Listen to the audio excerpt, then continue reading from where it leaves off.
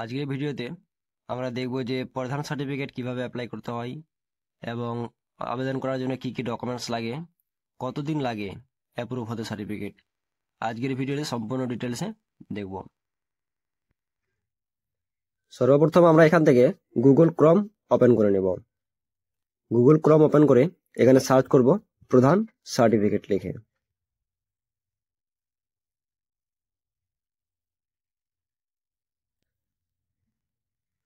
প্রধান সার্টিফিকেট লিখে সার্চ করার পর যে প্রথম ওয়েবসাইটটি আসবে এখানে চলে আসবো। এখানে টিক বক্সে টিক করার পর প্রসিড করার পর এখান থেকে আমরা মোবাইল নাম্বার দিয়ে দেব।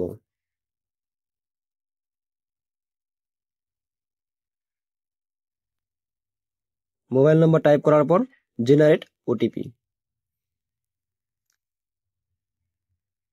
এখান থেকে আপনার মোবাইলে আসা ওটিপিটা দিয়ে দিবেন।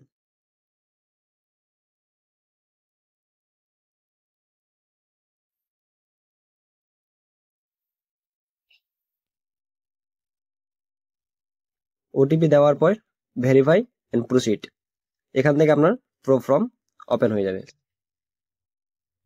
এখান থেকে ডিস্ট্রিক্ট সিলেক্ট করে নেব, তারপর ব্লক, জিপি, গ্রাম পঞ্চায়েত, সংসদ, আপনার মেম্বারের নাম, তারপর এখানে মিস্টার, এখানে অ্যাপ্লিকেশন নাম, যার নামে ফর্মটা অ্যাপ্লিকেশন হবে তার ফুল নাম এখানে দিয়ে দেব।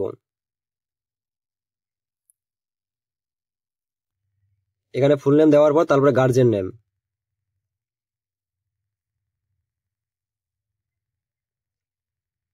আপনি গার্জেনের যার নাম দিচ্ছেন সেটা আপনার মা না বাবা, মাদার বা ফাদার, সেটা সিলেক্ট করে নেব। তারপরে অ্যাড্রেস সিলেক্ট করে নেব। অ্যাড্রেস করার পর পোস্ট অফিস দেওয়ার পর পুলিশ স্টেশন, তারপর ভিলেজ, এখানে তারপরে পিনকোড, তারপর ডেট অফ বার্থ। আপনার ডকুমেন্টসে যে ডেট অফ বার্থ আছে সেটি দিবেন।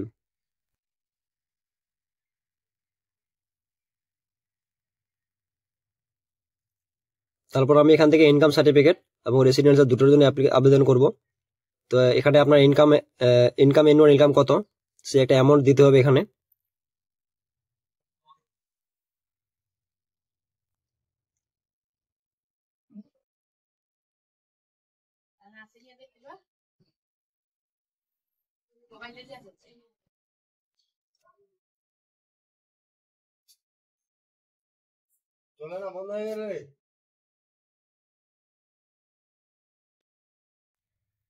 তারপর এখানে ইনকাম সোর্স, কি পারপাসে আপনি ইনকাম করছেন।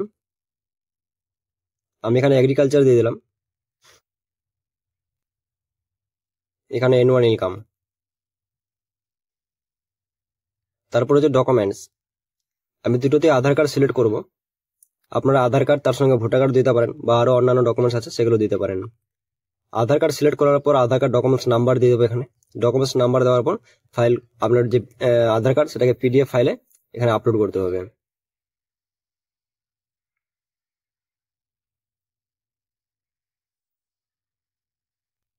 তারপর ফটো,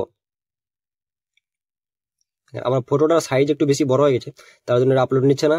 এটাকে আপনার 100 কেবির আন্ডার আপলোড করতে হবে। তার জন্য আমি ফটোটাকে রিসাইজ করে 100 কেবির মধ্যে করে নিব।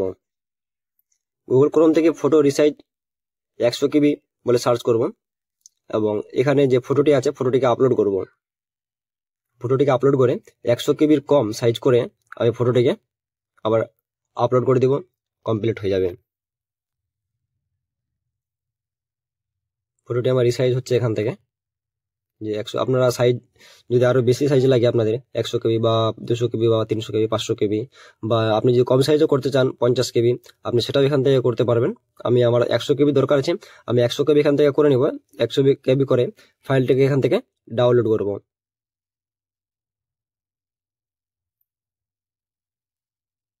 এই যে আমার 96 কেবি হয়ে গেছে।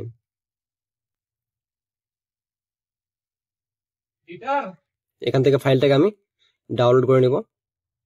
আমার ফাইল ডাউনলোড হয়ে গেছে। ডাউনলোড হওয়ার পর এটাকে আবার আমরা নতুন করে আপলোড করব। চুজ ফাইলে গিয়ে ডাউনলোড অপশনে গিয়ে ফটোটাকে আপলোড করবো। ফটোটাকে আগে ঘুরিয়ে নেবো, এখানে ঠিক করে সাইজ করে নেব।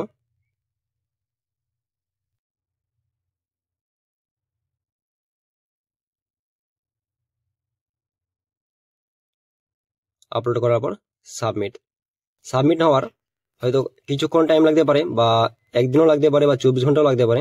এটা আপনার পঞ্চায়েতের উপর নির্ভরশীল, যে পঞ্চায়েত কতক্ষণে আপনার এটাকে অ্যাপ্রুভ করাচ্ছে। অ্যাপ্রুভ হয়ে গেলে আপনারা এই সাইট থেকেই সার্টিফিকেট এখান থেকে ডাউনলোড করে নিতে পারবেন। Same mobile number